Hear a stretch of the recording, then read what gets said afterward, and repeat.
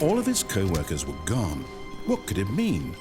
Stanley decided to go to the meeting room. Perhaps he had simply missed a memo.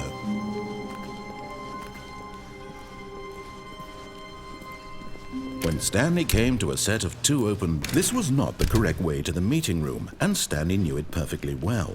Perhaps he wanted to stop by the employee lounge first, just to admire it. And here it was, the lounge. But eager to get back to business, Stanley took the first open door on his left. Stanley was so bad at following directions, it's incredible he wasn't fired years ago. Look, Stanley, I think perhaps we've gotten off on the wrong foot here. I'm not your enemy, really, I'm not. I realize that investing your trust in someone else can be difficult, but the fact is that the story has been about nothing but you all this time. There's someone you've been neglecting, Stanley. Someone you've forgotten about. Please, stop trying to make every decision by yourself. Now, I'm not asking for me, I'm asking for her. This is it, Stanley. Your chance to redeem yourself, to put your work aside, to let her back into your life. She's been waiting. That's her, Stanley. Oh, no, you can't. Did you just unplug the phone? No, that wasn't supposed to be a choice. How did you do that? You actually chose incorrectly? I didn't even know that was possible. Let me double check. No, it's definitely here, clear as day. Stanley picks up the phone. He's taken to his apartment where he finds his wife, and the two pledge themselves to one another. Music comes in, fade to white, roll credits. Not picking up the phone is actually somehow an incorrect course of action. How is that even possible? None of these decisions were supposed to mean anything. I don't understand. How on earth are you making meaningful choices? What did you... Wait a second. Did I just see... No, that's not possible. I can't believe it. How had I not noticed it sooner? You're not Stanley. You're a real person. I can't believe I was so mistaken. This is why you've been able to make correct and incorrect choices. And to think I've been letting you run around in this game for so long. If you'd made any more wrong choices, you might have negated it entirely. It's as though you completely ignored even the most basic safety protocol for real-world decision-making. Or did you not grasp the severity of the situation? Well, I won't have that kind of risk on my watch. I'm going to stop the game for a moment so we can educate you properly on safe decision-making in the real world. Please observe this helpful instructional video. Choice. It's the best part of being a real person. But if used incorrectly, can also be the most dangerous. For example, in this scenario, a hypothetical real person named Stephen has a choice. He could spend years helping improve the quality of life for citizens of impoverished third world nations. Or he could systematically set fire to every orphan living in a 30-kilometer radius of his house. Which choice would you make? Remember that unlike here, the real world makes sense, and at no time should you make a choice that does not conform to rational logic. If you find yourself speaking with a person who does not make sense, in all likelihood, that person is not real. Allow the person to finish their thought, then provide an excuse why you cannot continue talking. Turn to a partner and practice saying, "My goodness, is it 4:30? I'm supposed to be having a back, sack, and crack."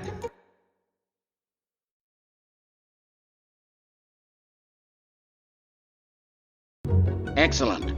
Making choices on a regular basis is the best part to a healthy decision-making process. Most medical professionals recommend making at least 8 choices per day. Do you make more than 8? Less? And finally, if you begin to wonder if your choices are actually meaningful and whether you'll ever make a significant contribution to the world, just remember that in the vast infiniteness of space, your thoughts and problems are materially insignificant, and the feeling should subside. At this time, your instructor will guide you in an exercise to test and reinforce the material covered in this video. Welcome back. You may have noticed that this room has begun to deteriorate as a result of narrative contradiction.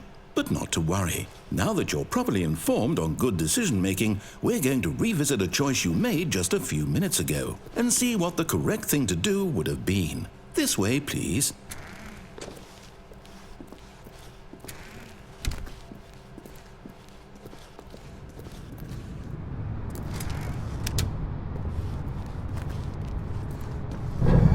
Now that we know your choices are meaningful, we can't have you jumping off the platform and dying.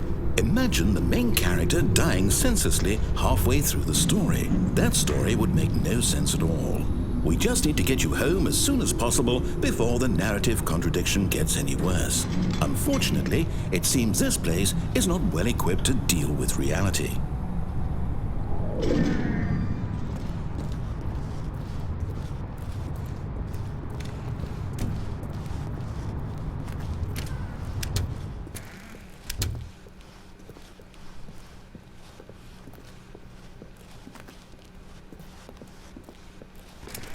Almost there.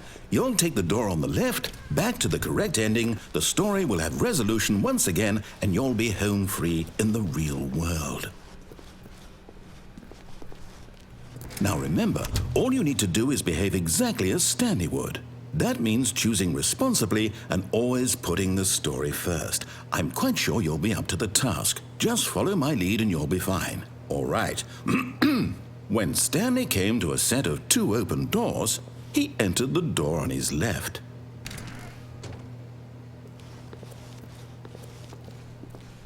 No! Why did you do that? Quickly, hurry back in the other direction. Perhaps we're not too late.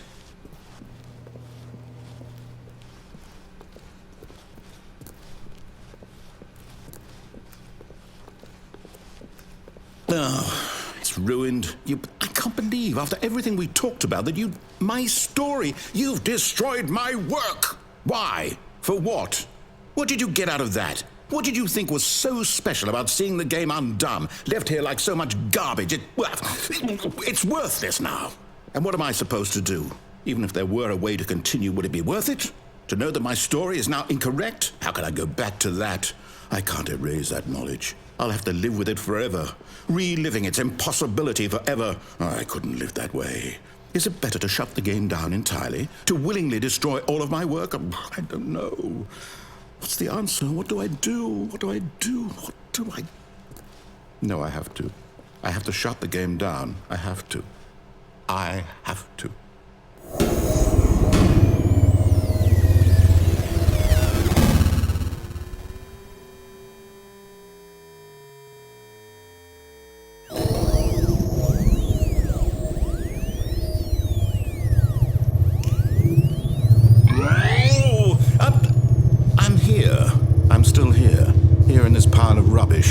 With you who thought you were so clever. Now look where we are. My entire game is destroyed. It was the only thing in the world that was mine, and you've run it into the ground. What, did you think that would be funny? You just had to see? Didn't I impress upon you how important it was to be like Stanley? He actually knows how to do what I tell him to. He understands that if I say to do something, there's a damn good reason for it. That thought hadn't even occurred to you, had it? That there's a world outside of you? You're a child. Oh, my story.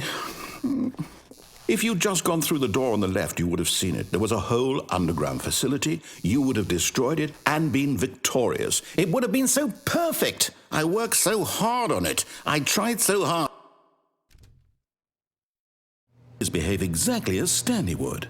That means choosing responsibly and always putting the story first. I'm quite sure you'll be up to the task. Just follow my lead and you'll be fine. All right. When Stanley came to a set of 2 open doors, he entered the door on his left.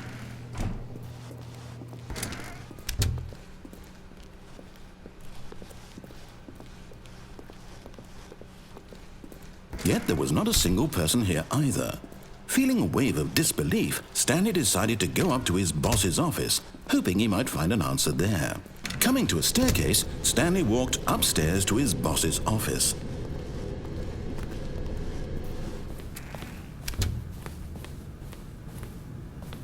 Stepping inside his manager's office, Stanley was once again stunned to discover not an indication of any human life.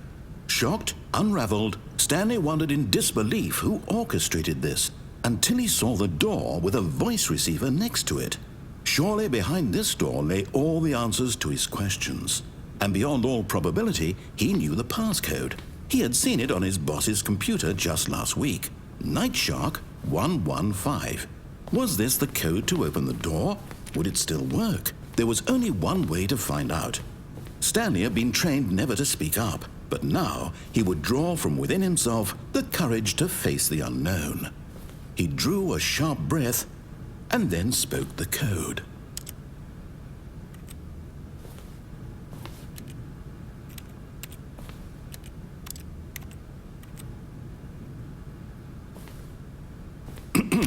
Stanley spoke the code. Night Shark 115. He spoke it into the receiver, right there on the wall.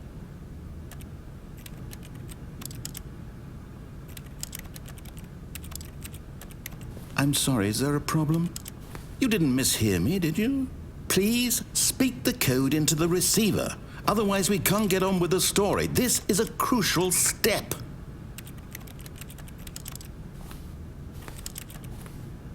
Okay, fine, you're not going to do it, but you know what? It's pretty humiliating to bring you this far, only for you to suddenly decide you have better things to do. I asked you for this one single thing, for your respect. The kind of respect Stanley shows for his choices. He knows what it means to take a story seriously.